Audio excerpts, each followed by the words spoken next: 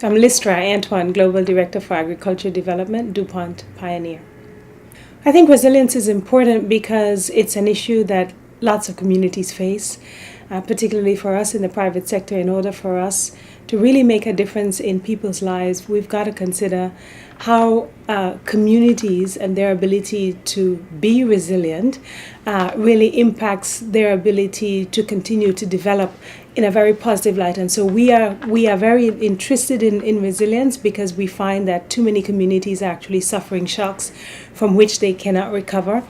And for us, we want to ensure that we are part of the solution to help communities continue along that positive development trajectory. So that's why for us resilience is so important.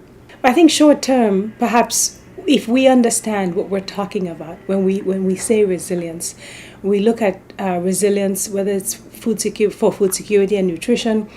How do we impact that? In the short term, I think it's important for us to get our heads around, our collective heads around, what is it we're talking about when we speak about resilience. And in the long term, it's really, how do we measure? How do we know that we're actually making strides and helping countries become more resilient? How do we arm politicians to take the right policies?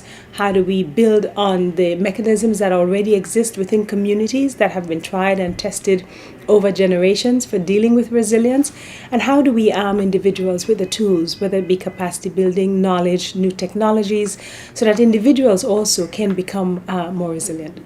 Certainly, I think ensuring that there are poor technologies that are available to vulnerable communities. I think that has certainly worked.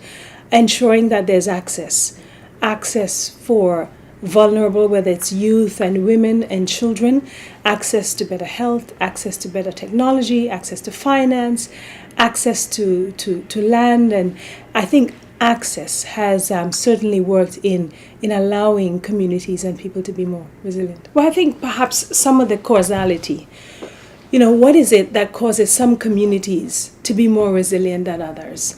I think that needs further research. We also need to understand a little bit more whether there are mitigating factors. What are they that one could place more investments in, so that we're placing less investments in building back from resilience as opposed to mitigating or preventing shocks that would then cause us to consider, well, what is it that now these communities need, what investments need to go into these communities in order to make them resilient, but more sort of what are the mitigating factors? How do we invest in mitigation as opposed to corrective actions after?